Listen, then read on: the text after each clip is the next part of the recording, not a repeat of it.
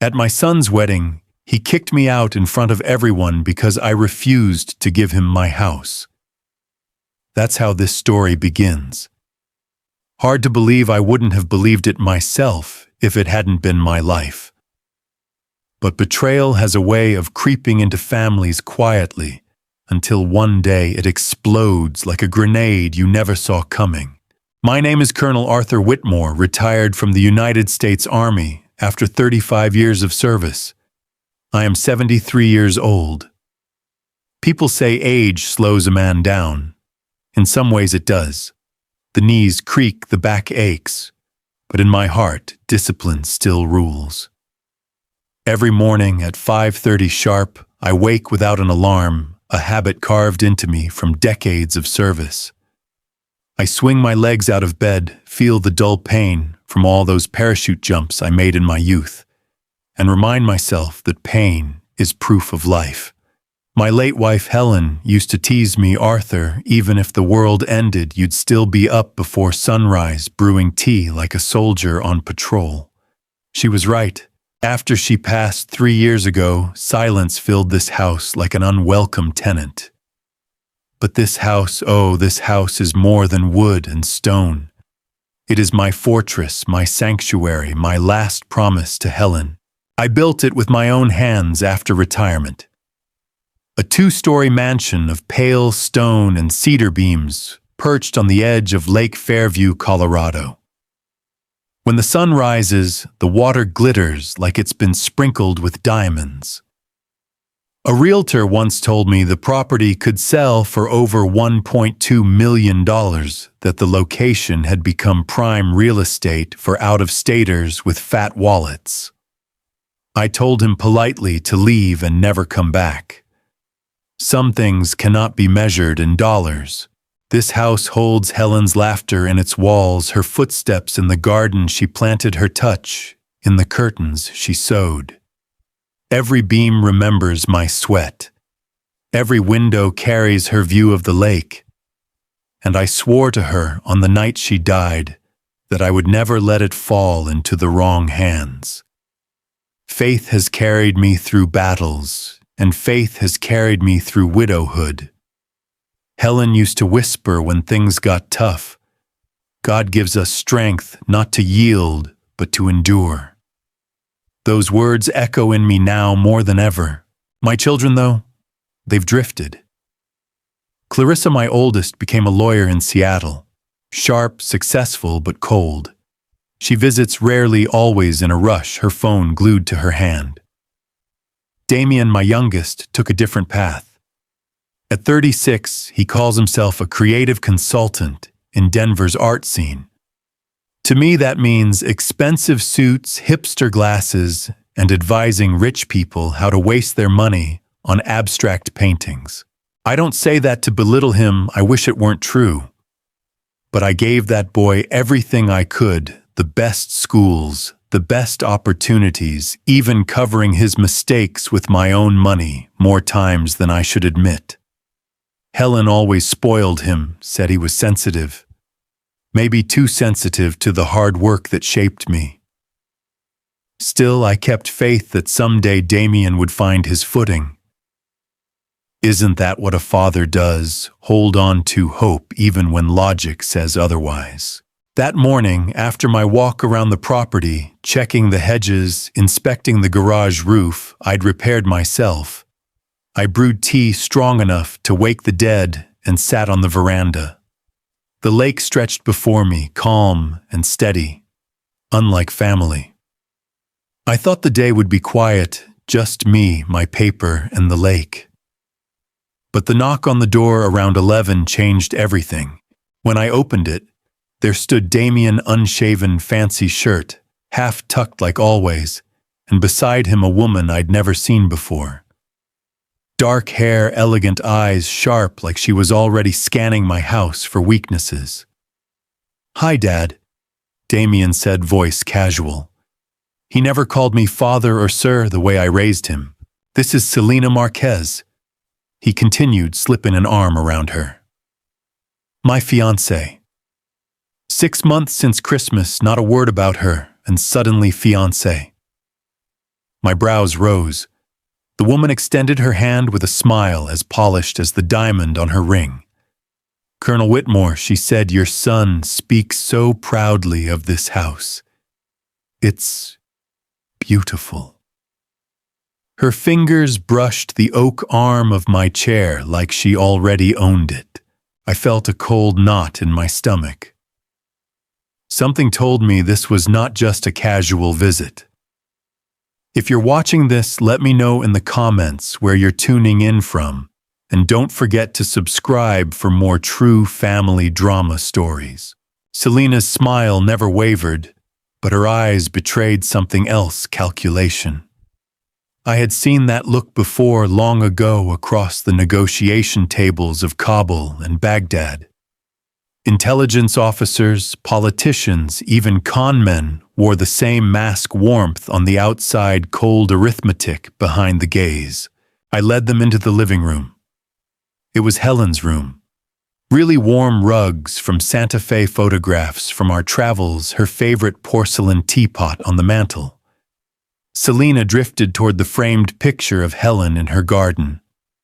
For a moment her lips softened, but then her eyes slid toward the high ceilings, the wide windows, the solid oak beams.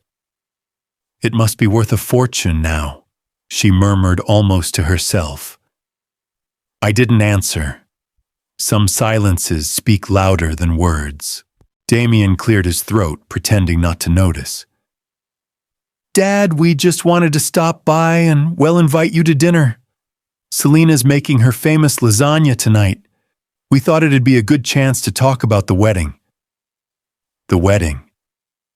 That word dropped like a stone in my gut.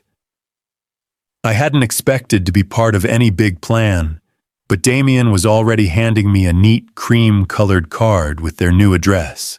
Townhouse in the new Fairview Heights development. Selena explained, her voice silky. Close to the country club. Easy access to the city. I nodded. I knew that neighborhood: modern architecture, manicured gardens, cars, and every driveway that cost more than a captain's yearly salary. Damien's creative consulting must have paid more than I thought. Or maybe it didn't. "You'll come at 7, Selena pressed. I hesitated, then tucked the card into my shirt pocket. "I'll be there." She smiled again, but her eyes flicked toward the back window where the lake shimmered. I knew what she was really looking at. Dinner that evening was something out of a lifestyle magazine. Their townhouse was sleek, angular, filled with chrome and Italian leather. A BMW 7 Series gleamed in the driveway. I parked my old Ford beside it, and the contrast wasn't lost on me. Inside, Damien poured me a glass of red wine that tasted like it cost more than my monthly pension. Selena served lasagna so rich, I could smell the imported cheese. I gave her credit, it was good. But food doesn't cover the taste of ulterior motives. She asked me about my military career, about Helen, about the house. Every question felt like a probe. "And you built it all yourself?" she asked, wide-eyed. "From foundation to roof," I answered flatly. Damien jumped in almost too eagerly. "Dad's always been self-sufficient." The word landed oddly, like it wasn't meant as praise. Selena's hand slid over Damien's, a subtle signal. She leaned closer. "Colonel, forgive me for asking, but have you thought about the future? Such a large house, so much upkeep. It must be a lot for one man." I set my fork down. This house was promised to my wife. It will stand as long as I do. The air chilled. Damien tried to smooth it over with a laugh, but the damage was done. They moved the conversation to wedding plans. Aspen Grand Resort. A ceremony overlooking the Rockies, a banquet hall dripping with chandeliers. The kind of wedding featured in glossy magazines. Only close friends and family. Damien said, though the budget sounded like royalty. How much will this close family affair cost? I asked. Selina glanced at him. He hesitated. Around 180,000. I whistled low. And who's paying for that? Selina's voice turned honeyed. Traditionally, the bride's father, but he's a school teacher. We were hoping, well, maybe you could help. Help, I repeated, staring into Damien's eyes. How much help? Half, Damien admitted, shoulders tightening. Half. $90,000, just like that. I thought of the men I'd buried who never earned that in a lifetime. I pushed my plate back. We'll discuss it later. For now, let's finish dinner, but my gut told me something ugly was growing here. Selina's glance at Damien's nervous laugh, the way her eyes kept darting back to my hands, my chair, my walls. This wasn't just about a wedding. This was about the house, and deep down I knew God had just given me the first warning.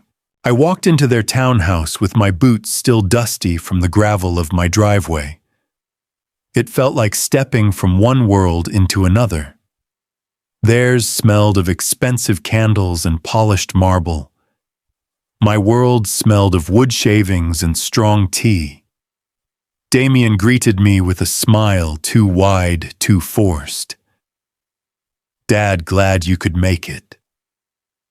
Come on in. Selina floated in behind him like a hostess from a luxury magazine shoot. Her dress was silk, her perfume sharp, and the way she gestured toward the dining table reminded me of generals drawing attention to their spoils. The table was set with silver flatware, crystal glasses, and porcelain plates. I was sure cost more than my monthly grocery bill. Bottles of Italian wine chilled in a bucket of ice. On the wall hung a painting I couldn't name, the kind of modern art Damien always praised, bright colors splattered like someone had knocked over a paint can. Lasagna's almost ready, Selina said sweetly. I hope you're hungry. I nodded, but my appetite wasn't for food. I was here to measure intent. Years in the army had taught me to smell danger even when it was wrapped in silk. Dinner started politely. Toasts were raised. Damien bragged about his consulting projects, dropping names of art collectors and gallery owners as though I'd be impressed. Selina leaned in, laughing at all the right moments, but then the conversation steered where I knew it would. Dad, Damien began carefully. We wanted to talk about the future. Whose future, I asked. Ours. Yours. The family's. He shifted in his chair. You're alone in that big house. It's too much for one man. I set my fork down, staring at him until he looked away. Selina filled the silence. Colonel, we just worry about you. Accidents happen. What if you fall? Who will help? I almost laughed. I parachuted into the Hindu Kush mountains at night with 60 pounds of gear. At 73, I can still stand on my own. Her smile flickered, but didn't fall. Of course, of course. But think of the future, of what legacy you'll leave. Legacy. That word again. They danced around the subject until finally Damien exhaled. We think after the wedding, it might be time to consolidate. Sell the house, downsize. Keep it in the family, you know. No, I said flatly. Dad, I built that house for Helen. It will remain mine until God himself takes me from it. The air turned brittle. Selina sipped her wine, eyes narrowing just slightly like a predator recalibrating. So they shifted tactics. Damien started talking about the wedding, how beautiful Aspen Grand Resort was, how the Rockies would look as the sun set, how the chandeliers in the banquet hall would shimmer like stars. It'll be unforgettable, he said. I could already hear the price tag. And how much will unforgettable cost? Selena answered smoothly. The package is $180,000. But think of it as an investment, a memory that lasts forever. I nearly choked on my wine. $180,000.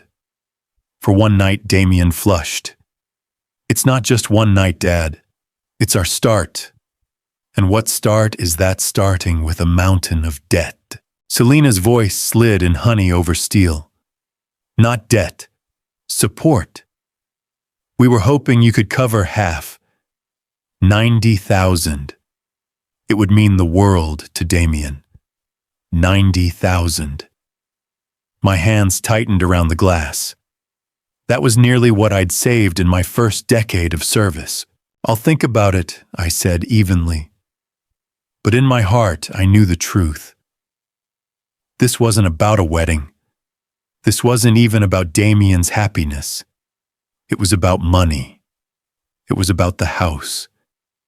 And as I looked at them across that table, Selena's fingers laced tightly with my son's, I realized something chilling. They had already decided that my house was theirs. I left their townhouse that night, with a storm brewing inside me. The wine, the silk curtains, the polished marble floors, it was all too perfect, too rehearsed. Like they were staging a performance for me. Back at my own house, I sat on the veranda with a tumbler of whiskey and the sound of the lake brushing against the shore. Helen used to say, "Arthur, trust your instincts. God gave them to you for a reason." My instincts were screaming. A few days later, Damien called. "Dad, can you come by again? We need your advice on some wedding details." Advice, that word carried weight. So I drove down to Fairview Heights again, parking beside their Mercedes with Washington plates, a new addition. I frowned. Mercedes on a creative consultant's salary. Something wasn't right. The front door was closed, but the back gate stood ajar. I walked around, meaning to knock on the glass. That's when I froze. Voices drifted through the open patio door. Selena's voice, sharp but hushed, acts like a rock, but once he sees the bills piling up, he'll break. Damien chuckled. You don't know him. He doesn't break. He will, Selena insisted. Clarissa said she can file the papers within a month. My daughter's name sent a chill through me. Clarissa, my oldest child, my lawyer daughter involved in this. What papers? Damien asked. Petition for incapacity, Selena replied smoothly. She's a lawyer. She knows the process. All we need is a doctor's note. That neighbor of yours, what's his name? Dr. Feldman? Damien muttered. He's retired, but still licensed. He likes me. Perfect, Selena said. An evaluation that says your father's showing early dementia. He lives alone, talks to himself. Remember you told me you heard him talking to your mother's picture. That's enough to raise questions. Damien's laugh was nervous this time. You really think a court will believe that? With Clarissa presenting the case, absolutely. Once we get conservatorship, the house is ours. We can refinance it, pay off the debts, remodel. Imagine taking out that wall between the dining room and the kitchen open concept, like in the magazines. They laughed together. I felt my chest tighten, a soldier ambushed by his own blood. My own son, my own daughter. Together plotting to declare me incompetent so they could take my house, the last promise I made to Helen. I backed away quietly, boots crunching on the gravel. My throat burned with fury. I wanted to storm inside, flip the table, and show them what a real soldier does to traitors. But no. I'd learned long ago that timing is everything. Battles are won not by rage, but by strategy. That night, as I sat alone in my kitchen, I opened Helen's old Bible. My hands trembled as I traced her notes in the margins. One verse she'd underlined stared back at me. Be strong and courageous. Do not be afraid or discouraged, for the Lord your God will be with you wherever you go. I closed my eyes and prayed. Not for Damien, not for Clarissa, not even for Selena. I prayed for strength to endure what was coming, because I knew now. This wasn't just about a wedding. This was war. If you're still with me through this betrayal, type A1 in the comments right now. I want to know you're standing with me as I face the darkest plan a family could hatch. The morning of Damien's wedding should have been a day of pride. A father's heart swelling as he watches his son step into a new life. Instead, I rose at dawn with the weight of betrayal heavy on my chest. My suit hung neatly on the closet door, a navy blue tailored piece Damien himself had insisted I order. Beside it lay a small velvet box, platinum cufflinks studded with sapphires. Helen gave them to me on our 20th anniversary. I had planned to pass them on to my son as a reminder of the woman who loved him more than life itself. But after what I'd overheard, after hearing Clarissa, my own daughter, offer her legal skills to rob me of my dignity, I wasn't sure if Damien deserved them. I packed my old military suitcase, the same one that had followed me through bases across Europe and the Middle East. Inside, I placed a few essentials and something more important, my recorder. 35 years of service had taught me one thing: always be prepared for the battlefield, even if the battlefield now was a ballroom in Aspen. The drive to Aspen Grand Resort was quiet, the Rockies rising like silent sentinels around me. The resort itself glittered with glass and stone valet attendants in pressed uniforms whisking away luxury cars. Lamborghinis, Bentleys, a Rolls-Royce or two. My Ford pickup looked out of place, but I didn't care. I found Damien in the presidential suite. He stood in front of a mirror, hair slicked back, tie perfectly knotted, but his eyes restless. Selena lounged on a chaise in a silk robe, sipping champagne like a queen waiting to claim her throne. Clarissa sat nearby, scrolling her phone, cool as ice. Dad, Damien said, too bright, too forced. Glad you came. I set the box of cufflinks on the table. These were your mother's gift to me. I wanted you to have them today. His eyes softened for a moment, then hardened. Thank you. But there's something we need to settle first.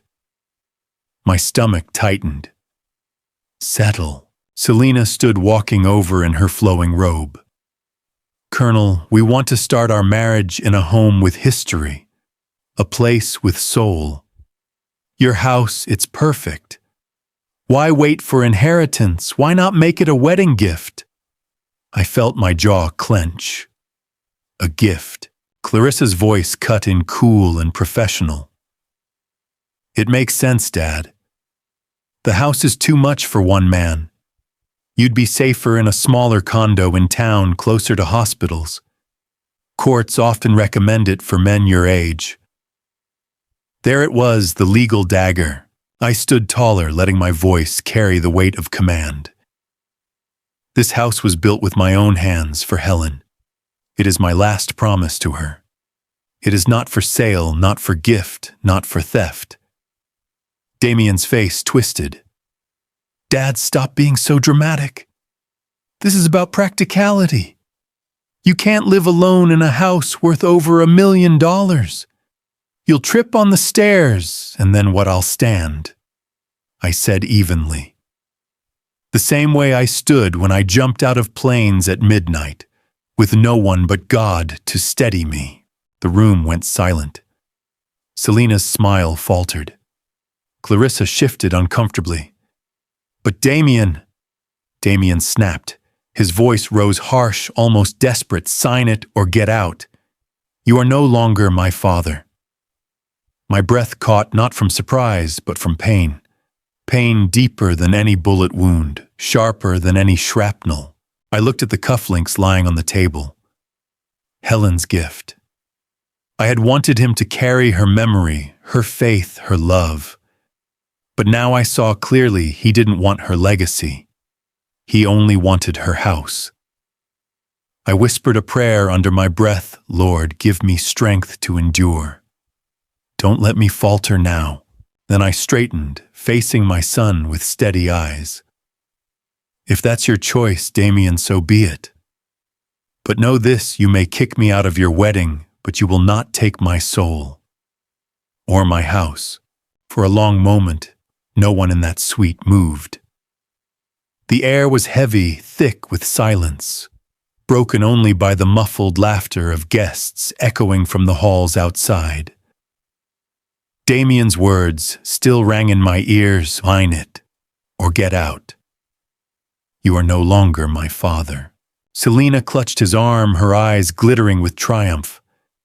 Clarissa's gaze stayed on the floor, her silence louder than any defense. My heart clenched, not just from what I'd heard, but from what I finally understood. I hadn't lost my children in one night. I'd lost them slowly, year by year, as greed and pride replaced the values Helen and I had tried to instill. I looked at my son, my only boy, standing in a $3,000 tailored suit, his shoes polished like mirrors, his tie pinned with a diamond stud. All of it paid for with debt. Debt he now wanted to bury beneath my house. I walked toward the door, every step steady. My hand paused on the knob. I turned back just once. This was supposed to be your mother's gift to you, I said, nodding to the box of cufflinks. But you've already rejected her legacy. You don't deserve them. Damien's face flushed red, his fists clenched. Get out! He shouted, so I left. Out of the suite, past the curious glances of bridesmaids and groomsmen, down the marble hall lined with bouquets that smelled too sweet, like perfume covering rot. The valet scrambled to bring me my pickup, embarrassed by the scene. I climbed in, gripping the wheel until my knuckles whitened. My son had cast me out of his wedding, his own father, because I wouldn't surrender my home. But I wasn't broken. I drove not back to Lake Fairview, but to the office of Marcus Ellington, my old friend and notary. Marcus had served with me in the Gulf before trading fatigues for law books. His office sat in an old brick building on Aspen's main street, the kind of place that smelled of leather wood and permanence. He looked up as I entered. Arthur, you look like a man about to march into battle. I am, I said simply. They want to strip me of my dignity, my own children. I need to strike first. Marcus gestured to the chair. Tell me. I laid it all out, the pressure to gift the house, the ultimatum, the threat of being declared incompetent.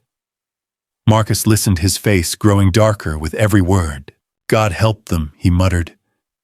You raised them better than this. I thought I did. My voice cracked, but only for a moment. Marcus, I need to change my will. Today. Before the reception ends. He hesitated. That's a big step. Are you sure? I leaned forward, voice sharp. I've never been more sure. Damien is out. If Clarissa contests or tries to file that petition, everything, every cent, every acre goes straight to the Veteran Hope Foundation.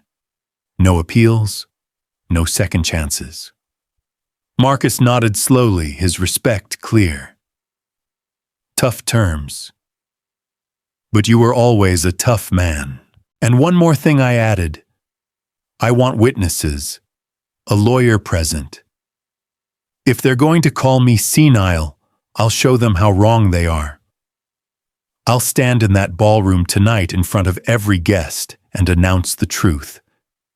They think they can ambush me. I'll turn their celebration into their reckoning." For a moment the room was quiet. Marcus studied me, then leaned back and smiled grimly. "You haven't changed, Colonel. Still the same commander who never backed down." I thought of Helen then, her voice, her faith. God gives us strength not to yield, but to endure. I whispered a prayer under my breath, not for victory, but for clarity.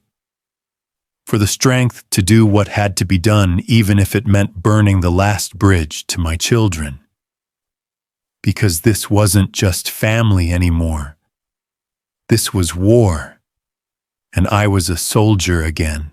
I walked into the Willow Hall like a man walking back onto a battlefield he hadn't expected to return to. The chandeliers threw down light like 1,000 small accusations. Guests clustered in glittering gowns and black ties. Laughter rolled like surf and then stilled as my escorts parted the crowd. Marcus at my left, Diane Reynolds, the family lawyer Marcus had called at my right. I felt oddly ceremonial, a soldier in civilian dress returning to give a speech he'd already rehearsed in his head. Damien stood beneath an arch of white roses, Selena glowing in a dress that must have cost more than my first house. Around them, the room shimmered with wealth platters of smoked salmon candelabras, a violinist playing something slow and sweet. A Rolls-Royce idled outside. I could smell the expensive perfume and think of cheaper things, tools paint the way Helen's hands smelled after planting the garden. A hush fell as I reached the center of that room.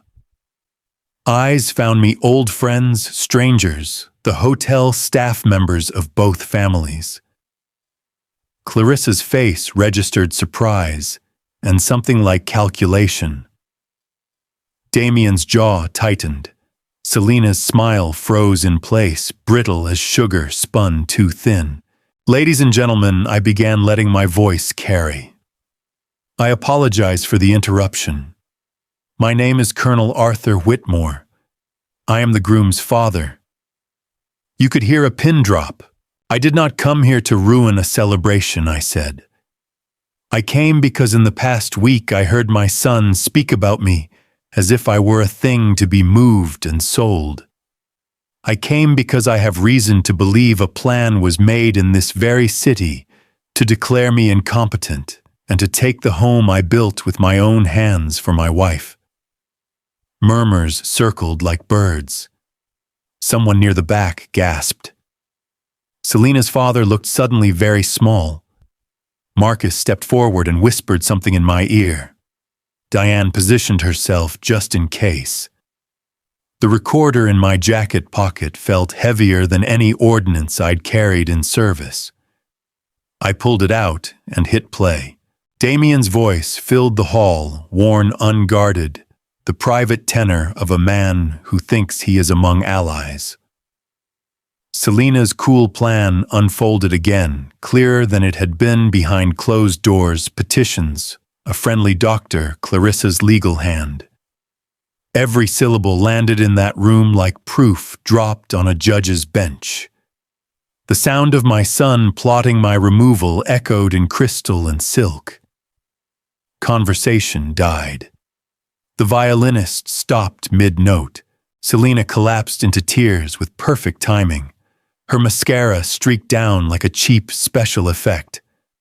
"This is a trick," she cried, voice shaking. "He snuck in, he recorded us. This is monstrous."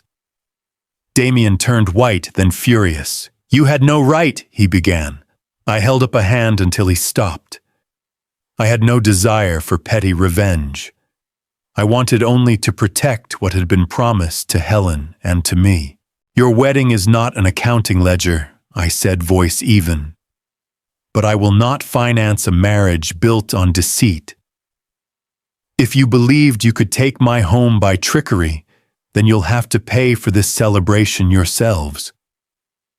The deposit I agreed to provide will be withdrawn, Consider this banquet's bill the first line item in your new, shall I say, independence. That line landed with a collective intake of breath. Selena's face drained. Damien fumbled for words and found none that would fix what had been done. Clarissa pushed through the guests' cheeks, flushed, trying to salvage dignity and reason. Dad, you can't. This is public humiliation. We can talk. You called my home an asset, I answered. You plotted to label me incompetent. That is not a family discussion. That is a legal assault. I will not be silent. I looked across the hall at the faces I'd loved and raised. Sadness was a knife, but a clean one's sorrow, for what we had been and for what we had lost. Some people nodded. Others averted their eyes. A woman I'd once helped at the VA stood and placed her hand over her heart. Support, small and steady, came from where I least expected it. Then, without ceremony, I turned and left. No triumphal march. No final flourish. The song started up again as if nothing had happened. But it had. Papers were being drawn. Lawyers were taking notes. Champagne flutes trembled in the hands of guests who now had something to whisper about other than menu choices. Outside, the night air was cold and sharp. I breathed in tasted pine and the faint tang of money, and for the first time since Helen died, felt something like clarity. I had made my choice. I had drawn a line.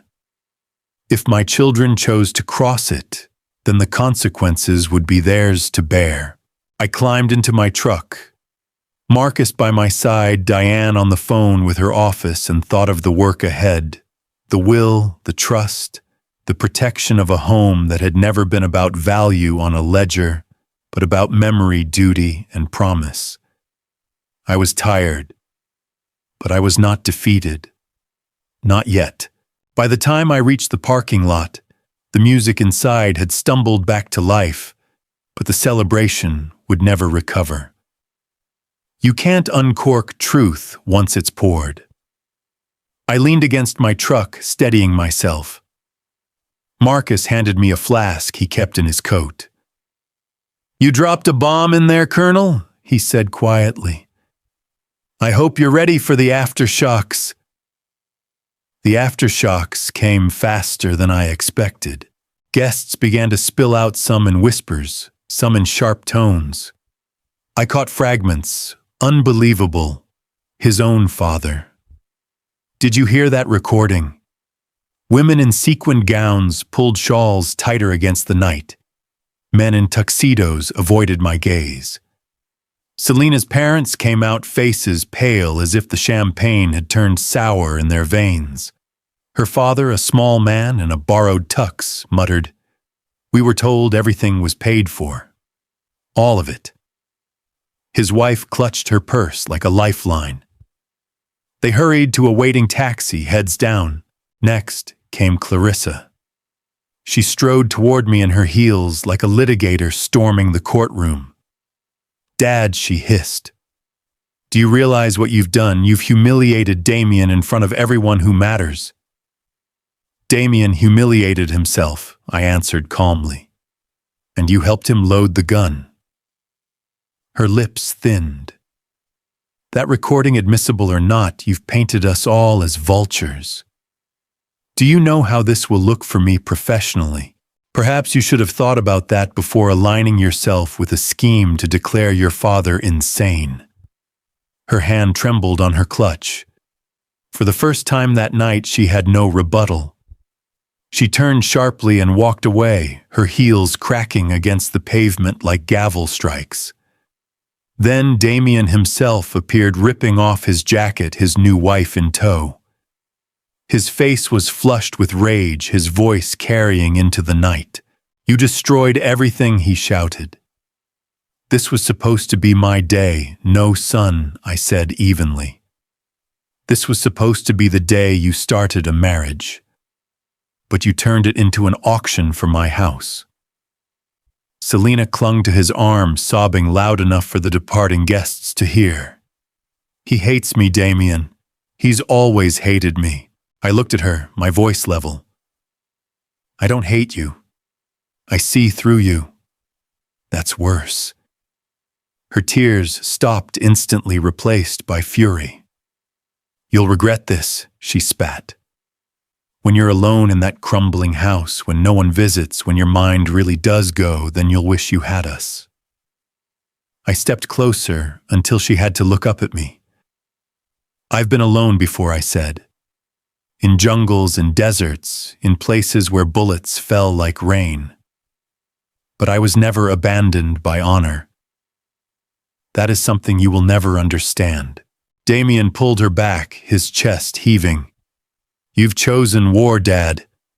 Don't expect peace when you come begging for it. I shook my head. I won't be the one begging. They turned and stormed off, leaving a trail of whispers in their wake. The image of my son, my boy, once small enough to ride on my shoulders, now glaring at me as if I were his enemy, cut deeper than I wanted to admit. Marcus rested a hand on my shoulder. You held your ground. Yes, I said, voice low. But the ground feels colder tonight. Inside, the orchestra struck up another song, as though nothing had happened. But I knew. Everyone knew. The Whitmore wedding would be remembered not for the flowers or the dress, but for the moment a father stood against his children and refused to surrender his dignity. I started the truck. The headlights cut through the night, and the road back to Lake Fairview stretched ahead. I thought of Helen. I thought of the promise I made her. And I thought of the battle still waiting, the one that didn't end with a confrontation in a ballroom, but would be fought in courts, in documents, and in the lonely hours of the night. War was never won in a single skirmish, and I had no intention of losing. The week after the wedding was the quietest of my life. No phone calls from Damien, no letters from Clarissa, not even a text, not even an insult. Silence. But small towns have long memories and quicker tongues. Every time I walked into the diner for breakfast, conversations stalled. Forks hovered mid-air. Folks pretended to read their menus while whispering about what they'd heard at the Aspen Grand. I could almost script their words. Did you know the Colonel played a recording right there at the reception? Humiliated the bride and groom. Let them talk. In the service, I learned to march through worse. I told myself the same thing Helen always said. Whenever people questioned our choices, Arthur, you answer to God, not to gossip. It was on a Tuesday morning while I nursed black coffee at the Morning Breeze Cafe that a man slid into the booth across from me. Broad-shouldered cropped hair, silver at the temples. His handshake was strong. Colonel Whitmore, he asked. Yes. Major Simon Huxley Marines. Retired. I nodded. There's a certain recognition between veterans, it sits in the eyes. A mixture of burden and unspoken respect. I heard what happened, he said plainly. Word is your own children tried to take your house, that you stood your ground. That's the word, I replied. He studied me, then leaned closer. We meet every week. Local veterans. Nothing fancy, just coffee stories and looking out for each other. Tonight, 7 o'clock, the west wing of the library. We'd be honored if you joined us. I hesitated. For years I had chosen solitude. My house was fortress and prison all at once. But Helen's Bible echoed in my head, where 2 or 3 gather in my name, there am I with them. 7 o'clock, I said finally. I'll be there. That evening, I walked into a room filled with men and women of every age. Some young with fresh scars, others old with canes and stories that bent their backs. No judgment, no greed, just nods of respect. We talked about deployments, about broken promises from the government, about the difficulty of adjusting to civilian life when your soul is still wired for combat. For 2 hours, I felt something I hadn't felt in years, belonging. But then Huxley brought up the problem they all shared. Housing, he said simply.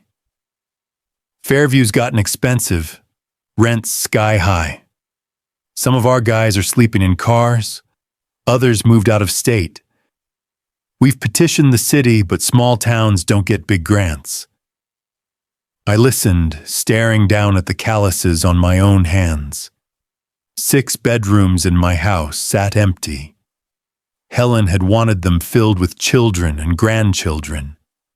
Now they were filled with dust. An idea stirred. Risky, costly. But maybe right. What if I said slowly we didn't wait for grants? What if I opened part of my home to veterans, made it safe, comfortable? A place to land, to breathe, to rebuild. The room went quiet. Faces turned to me. Some skeptical, some hopeful. That house, Huxley said, it's worth a fortune. You'd trust others with it. I built it with my own hands, I answered. And it was built on faith, not fear. Better it serve men of honor than rot under schemes of greed. I saw heads nod. The kind of nod you get when men who've carried rifles know you're not bluffing. That night, driving back along the lake, I felt lighter than I had in months. For the first time since Helen's passing, I wasn't just guarding the past, I was planning the future. A legacy not of wealth, but of service. A house not stolen by ungrateful children, but shared with brothers in arms. And as the lights of Lake Fairview shimmered on the water, I whispered, Helen, I think I found the answer. The house will live, and so will our promise. 3 months later, the house by Lake Fairview no longer echoed with silence. Hammer blows rang through the halls. Laughter drifted from the porch, and the scent of fresh paint hung in the air.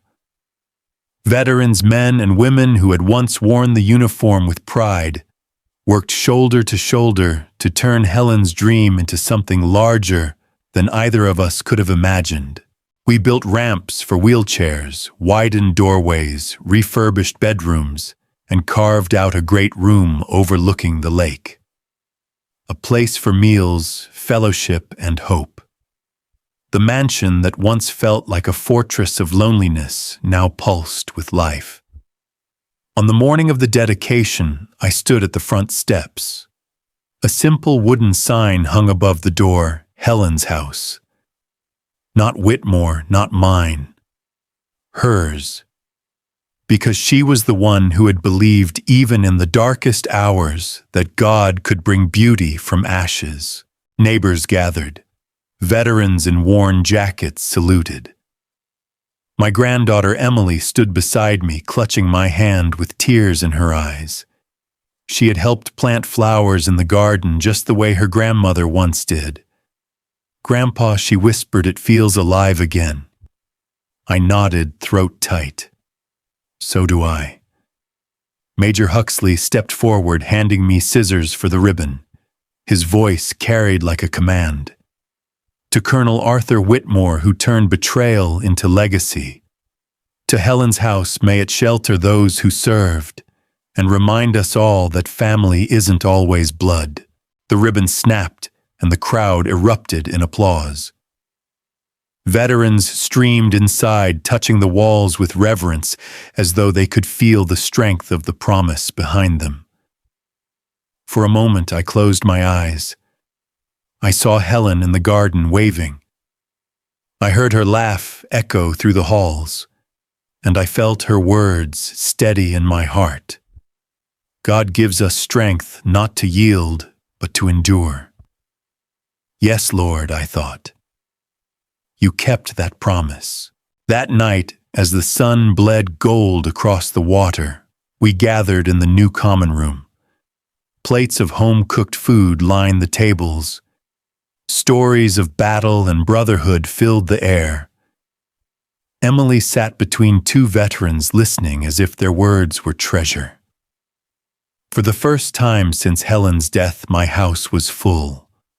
Not with greed, not with schemes, but with gratitude, with life, with family, the kind you choose, the kind that chooses you back. I lifted my glass. To Helen's house, I said, to those who endured, to faith that never dies.